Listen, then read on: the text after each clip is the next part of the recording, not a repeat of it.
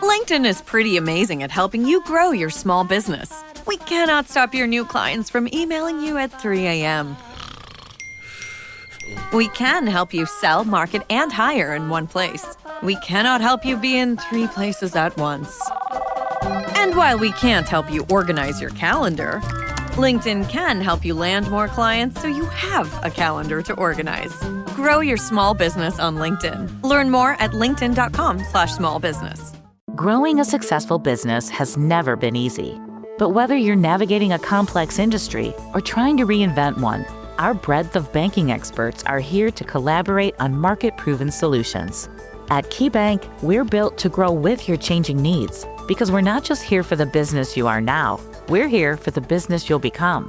Reimagine business as usual. KeyBank opens doors. Learn more at key.com/B2B.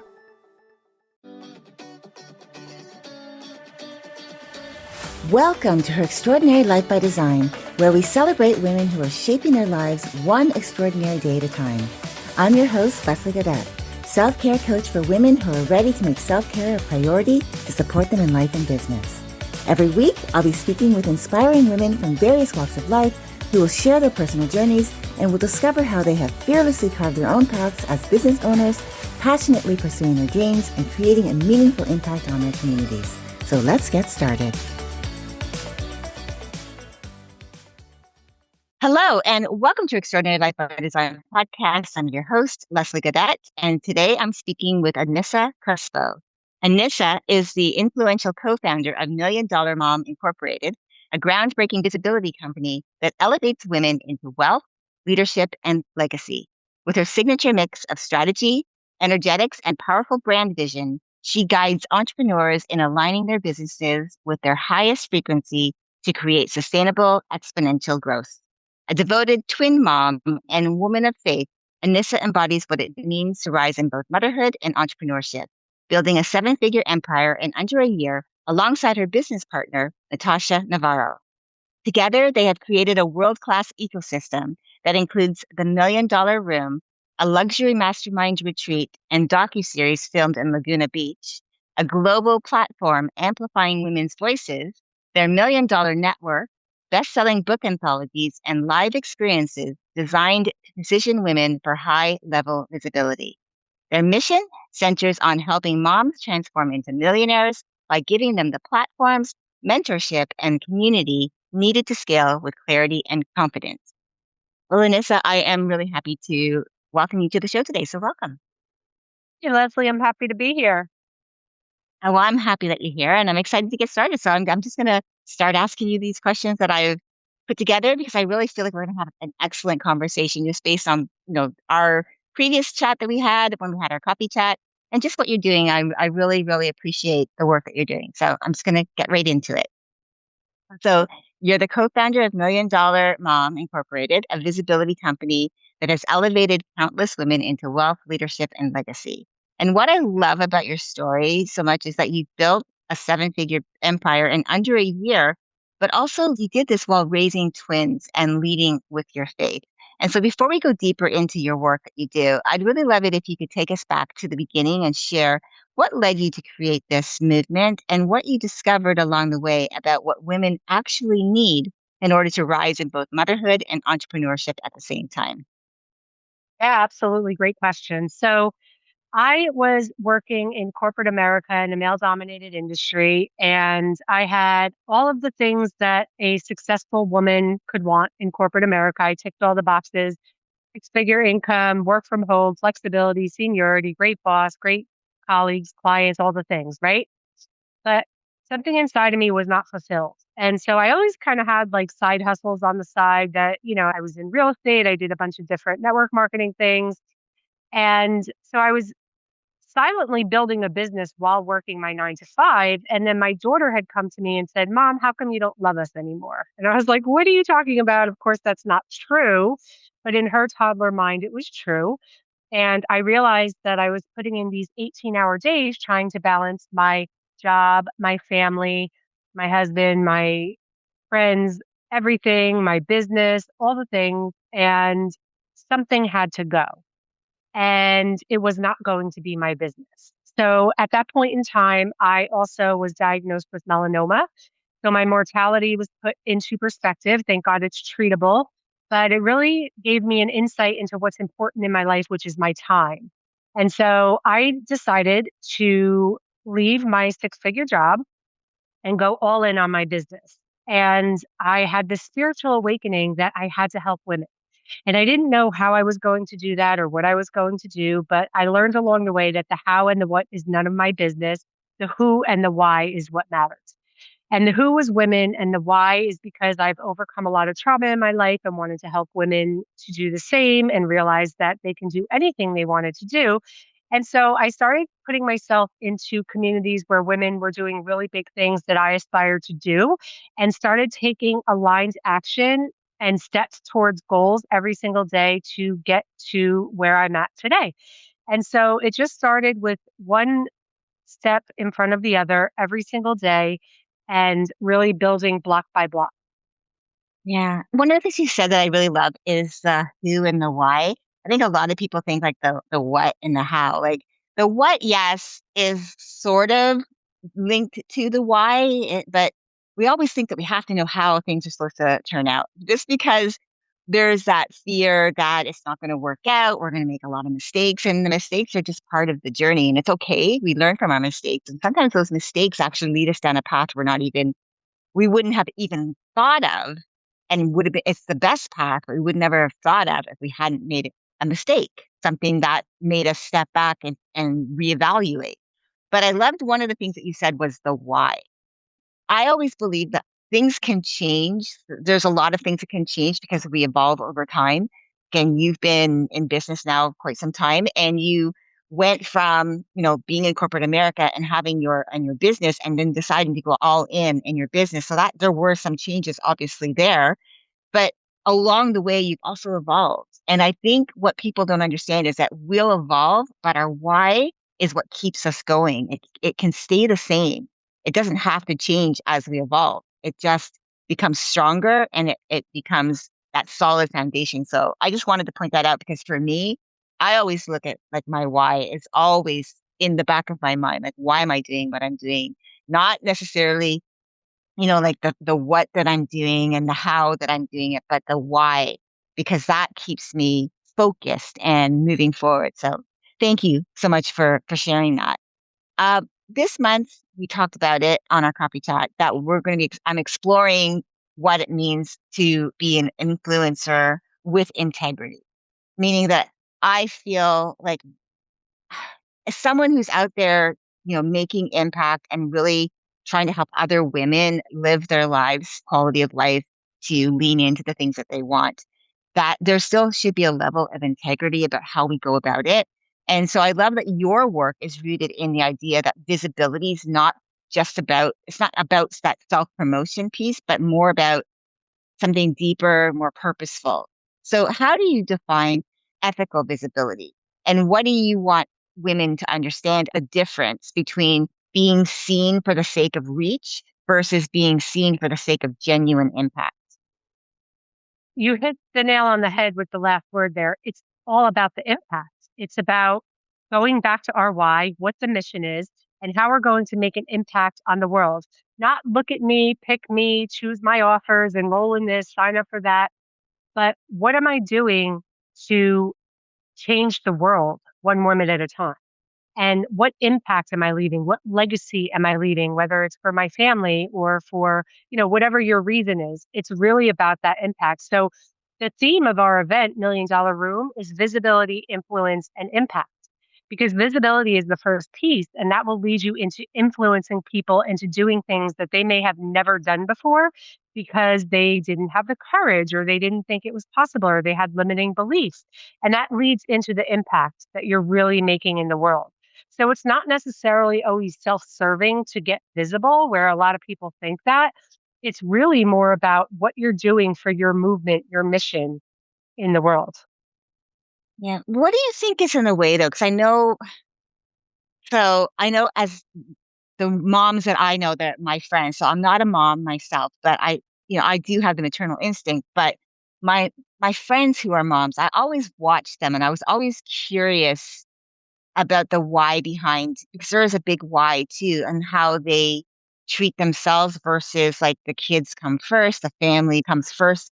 And I think a lot of times that stops women from actually having that quality of life because they pour everything, all their energy into their families and they forget about themselves, which I think is a really big piece of the puzzle to have like that full, that well-rounded family dynamic. So what do you think gets in the way of women that stepping into that visible leadership authentically?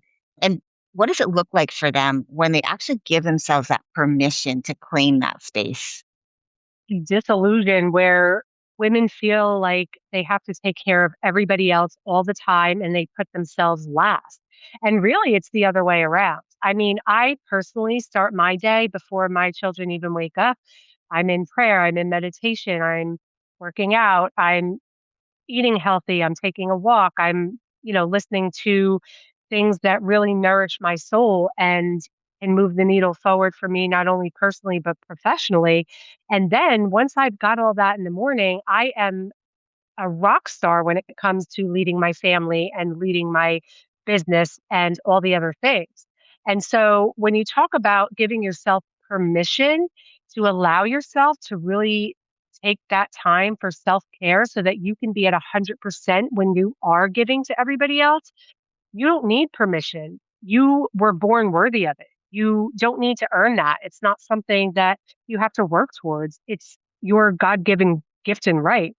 And I believe that we are natural born caregivers, whether you're a mother or not. We just are instinctually natural born caregivers. And we are always constantly worried about everybody else and how we can take care of everybody else. And there's nothing wrong with that. It's a wonderful thing. I mean, we're beautiful creatures that have this giving nature.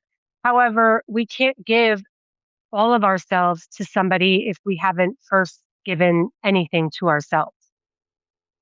Yeah. And that's so true. And I would watch my friends and I would always wonder like what's going on in the back of their mind when they're thinking like, no, like if we would go out somewhere, as an example, one of my longtime friends, and we would go out with her daughter when she was maybe in her teen years. And I remember her taking her shopping and I went along. And the whole focus was on her daughter. And even if she saw something that she liked, it was like, oh, no, no, I don't need that right now. And it was always like she was saying no to herself, but anything that her daughter said yes to, she was, like, all on board with that. I just often wondered why a mom would feel like that's the way that they have to live their lives, not necessarily, like, showing to me, I think, especially if I was blessed to be a mom, if I had been blessed to be a mom, I would hope that after all the things that I've learned, that I would actually be the one that would think, okay, like what you said, you start your day getting yourself like prepared in a good way. Like you take care of you first, and then you're going to show up for your kids the best that you can. So I always just, like I said, I always used to wonder about that, and that's why I wanted to ask you. You guide your clients in aligning their businesses with their highest frequency to create sustainable exponential growth. And I love the fact that you bring the strategy and the energetics pieces into that conversation because I think a lot of women are missing one or the other. Like they either focus on the strategy part or they focus on the energetics part. And there's that gap, I think, in between that they're not bridging it, that gap to bring it together. So in your perspective, what does it actually mean to align your business with your highest frequency? And how do you help your clients bridge that gap between the strategy and the energetic sides of building something extraordinary? Yeah. So aligning yourself with the highest frequency is really just getting into the frequency of high vibrational everything around you, right? So the feelings that you're feeling inside, the thoughts that you're thinking in your head, the things that you're consuming, a lot of us are consuming a lot of low vibrational things, like when we watch the news 24/7, or we're watching horror movies or crime things or, things of that nature. Those things are very low vibrational. But when you're watching something that is supporting personal development and growth, and you're consuming things of that nature, it really puts you into the frequency of love and peace and those types of feelings and good thoughts, not worrying all the time, not thinking what's the worst that could happen, but knowing like, hey, if something doesn't work out, I'm still going to be okay. And what's the best that could happen? And so once you're in that high frequency and you're able to look around you and understand that, yes, life happens. And sometimes we get snapped out of high frequencies easily, but being able to bring yourself back to that frequency really helps me lead with both strategy and energy because when I first started my business, I had just come from a male dominated corporate field where everything was strategy. I mean, it literally worked in logistics. Everything was logic and numbers and, you know, the masculine energy, I was in it 100% of the time. And so as women, most of us, especially high achieving women, were constantly in this hustle and thrive and do more and work more and eat less so we can have a better body and work out harder and we don't let ourselves receive the way we're meant to in our feminine energy quite as much as we were put here to do. And what I found was in the beginning of our business, the hustle and the strategy got us to six figures in 6 months, and that was fantastic. And then we plateaued. And it was like, okay, well, what now? What next? How do we get to the next level? And we really started to incorporate energetics into it. And man, once we did that, we just skyrocketed. And eventually we started having six-figure months, and it was crazy. So I really believe that there's a space for both masculine and feminine energy. I believe that there's a space for both strategy and energetics in everything. And it's important, especially as women, because when we can lean into that feminine energy where we're able to just receive and not constantly feel like we have to hustle all the time to go out and get what we want, it really changes everything. Yeah, I love that. Well, you said a couple things. So I like what you when you were saying, what's the best that can happen? I've never really heard anyone say that. And because usually people say, well, what's the worst that can happen, right? But I love the fact that you said, what's the best that can happen? What a great reframe, you know? And then also, again, that the receiving part, that is, I think, probably the biggest issue that, or not issue, but I think the biggest block for a lot of women is the receiving part because we're so good at giving. You know, you're a mom, you understand that you have two children and you could have decided like everything all for the family only, your husband, your kids, your business, your team members, your staff, whoever you're working with, everyone else could have come first.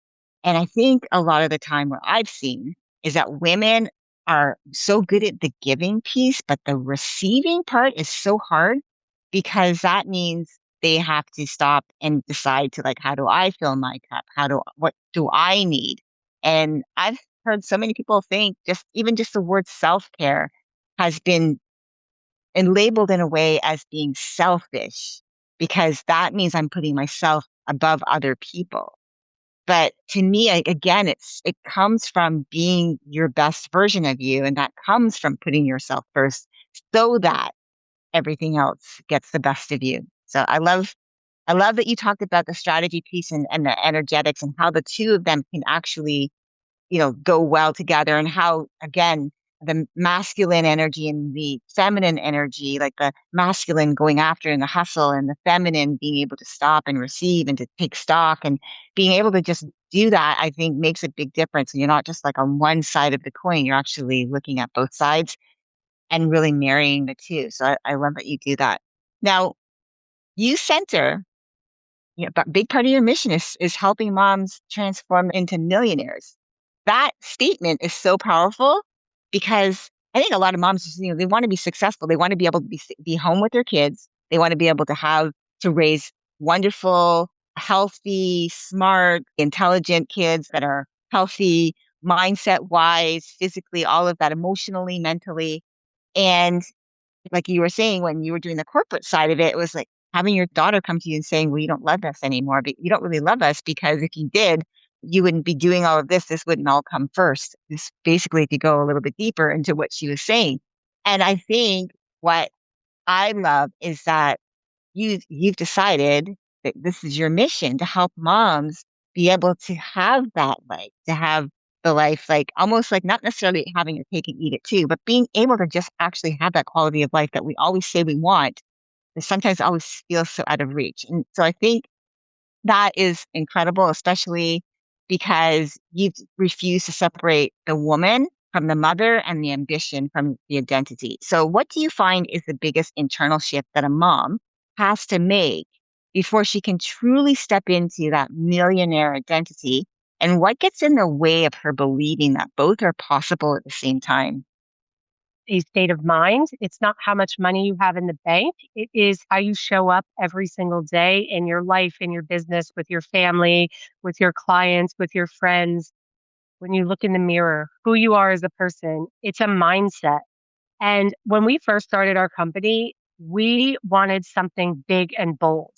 And I think the word millionaire and the word million in general scares a lot of people because it feels so far off, right? But when I started surrounding myself with women who were doing $1 million months, $1 million days, I was like, oh my goodness, this is totally possible for us. And so I really got into spaces where other women were doing those things. And that really helped move some of that blockage for me because I grew up with a single mom. I mean, everything was scarce except the love. It was always can't have this, can't afford that. It was, if I would have asked my mom, will you be a millionaire one day? That would be crazy to her, like, no, I could barely make rent, right? So a lot of women grow up with these limiting beliefs around money, like money doesn't grow on trees and, all that kind of stuff. And we carry that with us into our adulthood and then into our relationships and then into our businesses. And we have these blocks where we feel like, number one, maybe we're not worthy of it because we were always taught that you have to work hard to make money. Well, no, you don't. I mean, do I work hard? Yes, I do. But not in the sense where people think that you have to do more to make more, because that's not what it's always about. And so when Natasha and I first started our company, it was called $1 Million Mom Society, and it started as a Facebook group. And we were like, this is a bold name for a company and it's probably going to deflect, scare some people away, like $1 Million Mom Society. And I can't tell you how many people wanted to join our Facebook group and they would say, oh, I'm not a millionaire. Oh, I'm not a mom. And I'm like, you don't have to be a millionaire. You don't have to be a mom.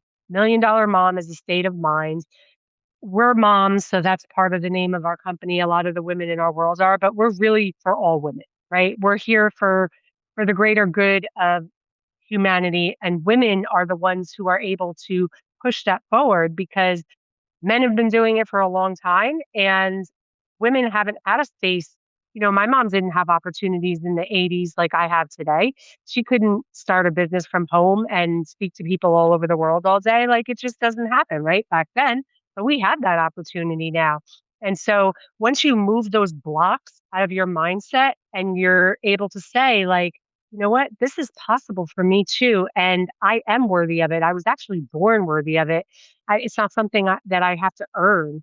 You are worthy of everything that you desire, and there's nothing wrong with it. A lot of people have this block that they think, luxury items make you a bad person because maybe a few rotten apples have done something bad and they're billionaires, right? So I just think that moving those blocks out of the way and letting yourself receive the notion that I am worthy and I can have anything I want really, really is the first step forward into getting the life that you want. Yeah, I agree. One of the things you said about your mom, like her saying that it's not possible, those things we can't afford them. You have to work incredibly hard to get anything, and that kind of just translates to making money is hard. But I remember having a conversation with my mom maybe in the last 3 years. I can't remember exactly when it was. But one of the things that we did touch on was that there was this belief for her that she wasn't good enough. And, we grew up very poor. We grew up in social housing. My mom was a single mom. I come from a mixed background.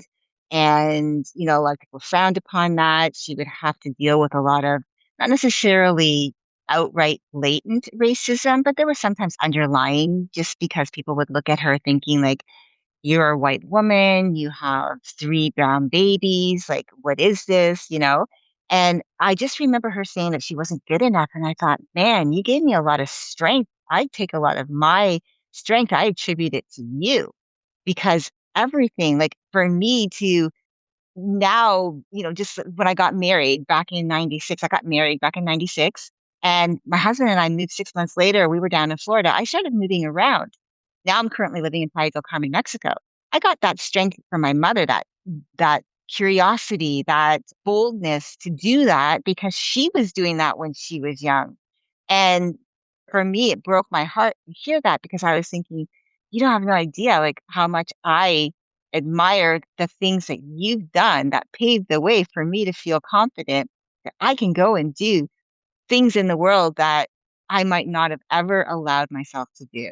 But because you modeled that for me, even even in living in the conditions that we lived in, you still modeled for me the importance of allowing myself to believe. And I think that was such an incredible gift for her to give to me.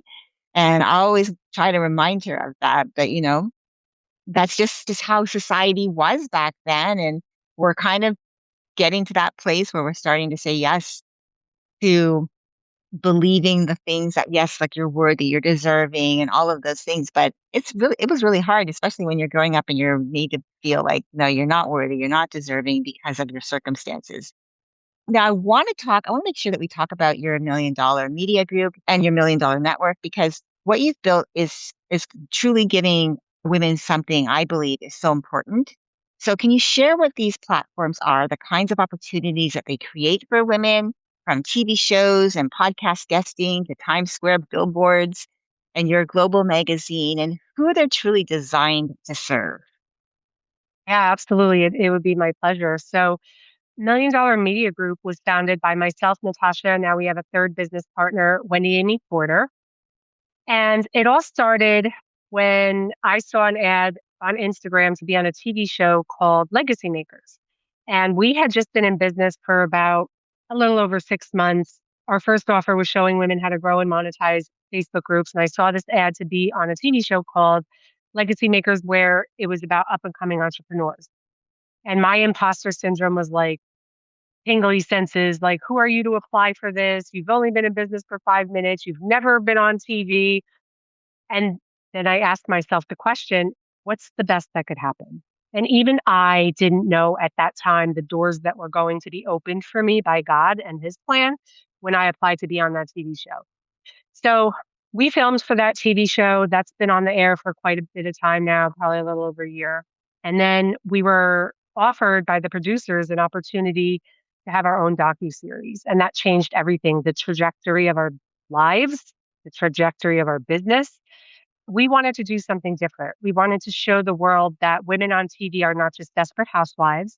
We're not just catty women who sit at home drinking wine all day, fighting with each other, talking behind each other's backs. We're building businesses. We're doing it in the cracks of nap time and snack time as moms. We are doing incredible things that generations before us never had the opportunity to do. And we're showing other women that it's possible. So, what we did was we hosted a very luxurious mastermind style retreat called the $1 Million Room in Laguna Beach in November. And we filmed that for our 6-part docuseries, which is actually going to be releasing this year, 2026. And we had 15 women on the stage, everyone from first time speaking on stage all the way up to 9-figure business owner. We had 100 women in the audience who were a mix of female entrepreneurs. But what this is really about is not only them telling their story and showing women what's possible, it's for the woman who's sitting on her couch in her living room who's going to turn this on Amazon Prime and watch this docuseries and say to herself, is there more to my life than my job that I hate or the situation that I'm in? And when they see us on that TV screen, they're going to say, oh my goodness, this is possible. These women, most of us come from nothing. Most of us built our businesses from the ground up, if not all of us. And that's what it's really about. And so that's kind of how Million Dollar Media Group was born, because we saw a gap in the market where there's no one-stop shop like a Netflix where you can just go and consume the kind of content that we're putting out on this type of docuseries. So we decided to launch a network called Million Dollar Network. It is available on Roku, Amazon Fire, and Apple TV. It is for women, by women, about women. And we have our TV show on there, Women of Influence. We have our podcast called Iconic AF, where women can have their podcast episode turned into a TV episode. We have women who can have their own shows on our network. We have one woman, her name is JK, and she has what's called the Many Wigs podcast, and she turned it into the Many Wigs TV show. So that is going to be launching this month or next month. So we're excited about that. And that's what it's all about. It's about giving women platforms to get out into the world and show what they've done, what they've built. The visibility part of it is not, hey, look at me, pick me. It's, hey, my impact in the world is to show you that you can do it too. And that's what we're all about at Million Dollar Media Group. I really love that. And again, I just love the fact that you are building something that is going to help that woman who's thinking the same question that I thought back in 2017, which was, is this all there is to life for me? Because I was really at a very low point in my life thinking, is this it? Is this the cards I've been dealt and I have to accept it? Yes, this is a career path that I had pursued because in the beginning, I was really super excited and I wanted to, do this industry, which is the industry of law, I've been a paralegal now for many years. And, but I kept thinking to myself, is this it? Because this life, I felt like it was killing me to the point where I didn't feel like I was going to be alive in a year. I thought I was going to be gone. So I love the fact that you have this to show that woman who's sitting there, who might be feeling the same things like I just expressed. And you're going to give her hope to say, oh, there is something else out there. There are women out there who've made a difference, who are making a difference, doing something different.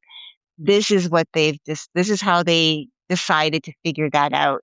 Doesn't mean it's the same path that they're going to take, but it gives them the idea that there is more to life than just what they think or have accepted as the cards that they've been dealt. So yeah, I'm excited for your docuseries. I can't wait to see it. I'm looking forward to seeing that. Definitely. Yeah. That's So, part of the rough draft of the first episode yesterday, and it's amazing. So absolutely check it out uh, when it comes out. yeah, definitely I will. So I want to bring it back to you now on a personal note. You are a devoted mother of twins. You are a woman of faith. And I think that context matters deeply because it shapes the way that you lead, the way you build, the way you show up for not only yourself, but the women in your world, the community that you serve, but for the world around you in general. So, how has your faith and your experience as a mom shaped your approach to building an empire? And what do you want other women to know about what it truly looks like to rise without losing yourself in the process? Hard, right? Entrepreneurs stuff for the week. And there are days where you want to give up. There are days where you want to burn it all to the ground. There are days where you're like, I could just go back and work a six-figure job in corporate America and be fine. But when you come back to your why and your purpose and your mission, it's what makes it all worth it. And my faith is everything to me. I mean, to me, and this is my humble opinion, all the glory belongs to God. And that is, the way that I feel. I live my entire life in faith over fear. It is not easy some days because as women, especially as moms, we're always worrying about things like, oh my God, what's going to happen? How are we going to get this done? Like all that kind of stuff. But you can't have that frantic energy in the same space that you have faith.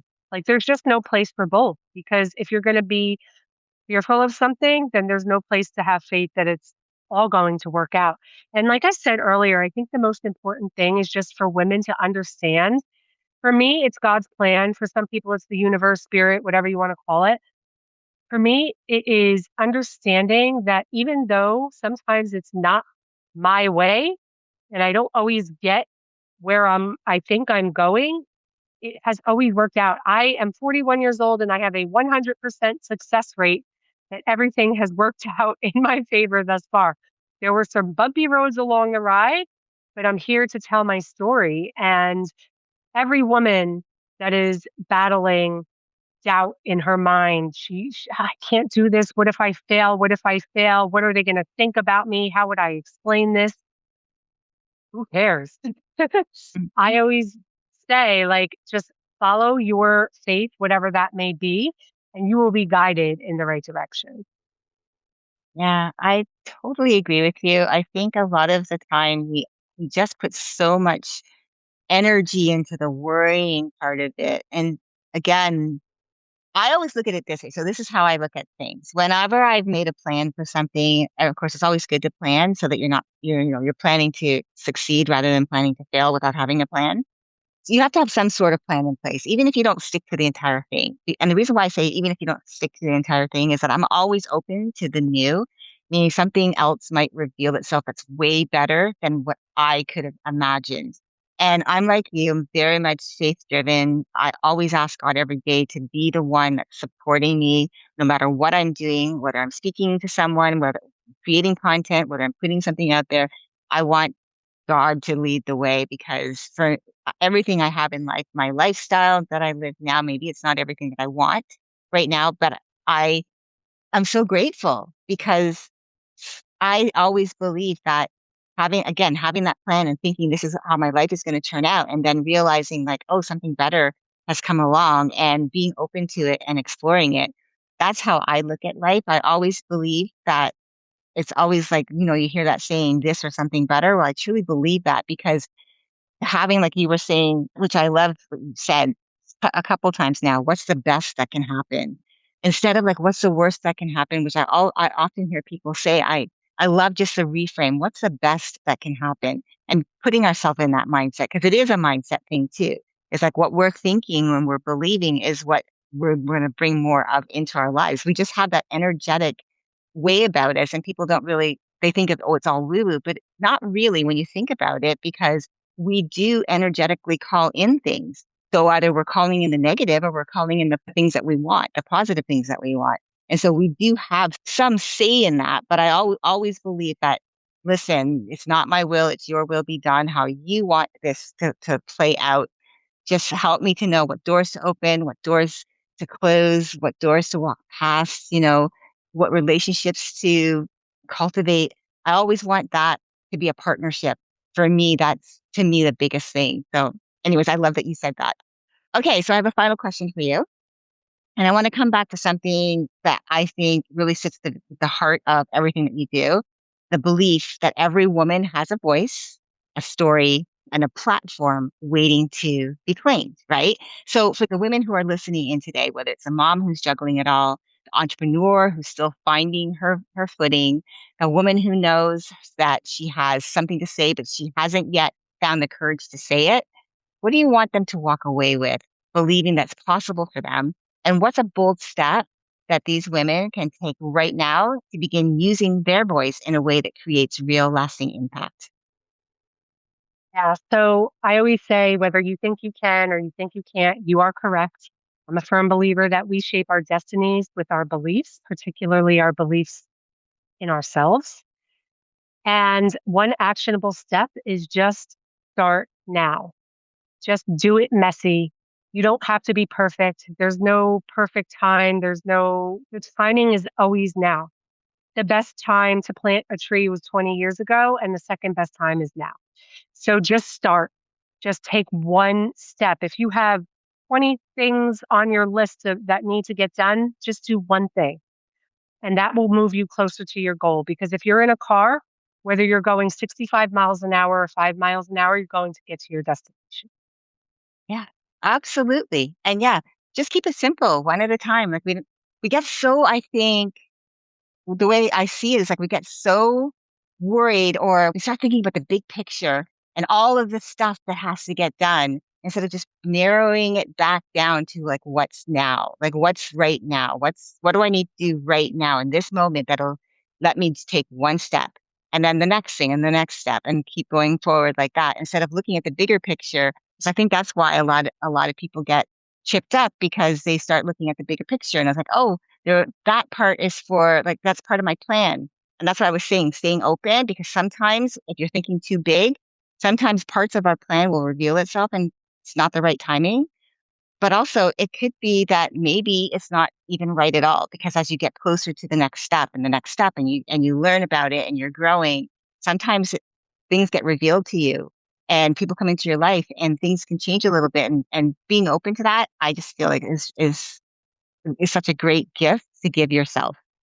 Anyways, I want to say thank you so very much. I have really loved having you on the show today. I've loved hearing about your vision behind the $1 Million Mom to the empire you've built in under a year. Like, I think is such a great testament to like just that being focused, but also doing it. You had a mission and building it while you were raising your twins and leading with your faith every step of the way.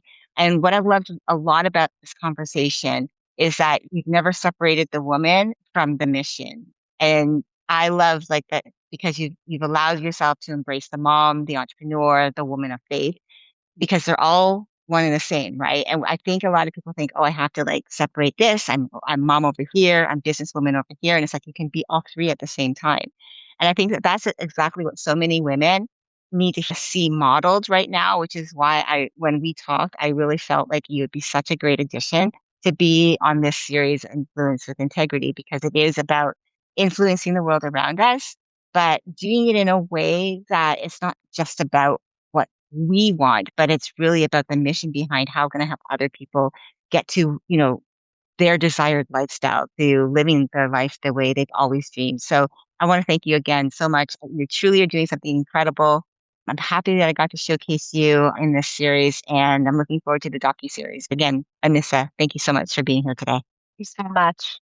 And to our listeners, if you'd like to connect with Anisa directly and learn more about $1 Million Mom Incorporated, the $1 Million Media Group, and the $1 Network, you can find her contact information in the show notes.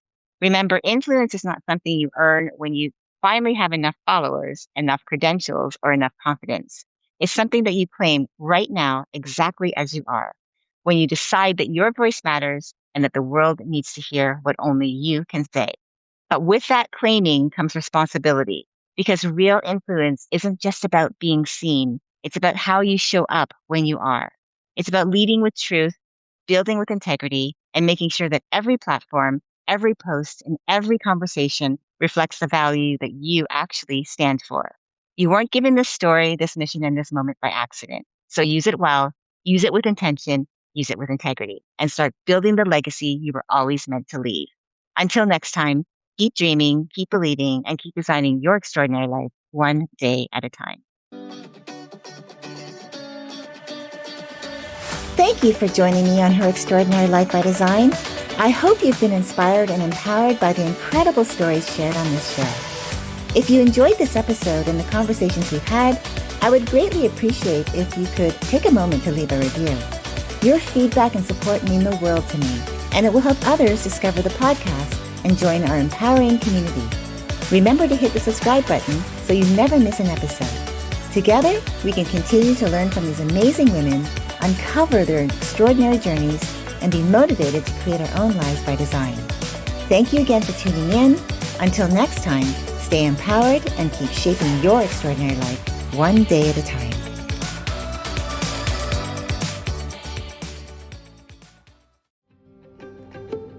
Have you ever wondered what actually happens in Congress every day? Stay informed on Capitol Hill's daily happenings with a concise, factual summary of the Senate and House of Representatives' activities from the previous session, free from bias, on the Congressional Record Daily Digest podcast. Subscribe on your favorite podcast platform and discover the process from the heart of U.S. politics. The Congressional Record Daily Digest, an Electricast production. Electricast. Hey, heard you like podcasts? Well, check out Dollar Bets. Two sports guys with faces for radio, betting live money against each other on air. That's Dollar Bets with a Z. Find us on the Winner's Edge. Electricast. Electricast.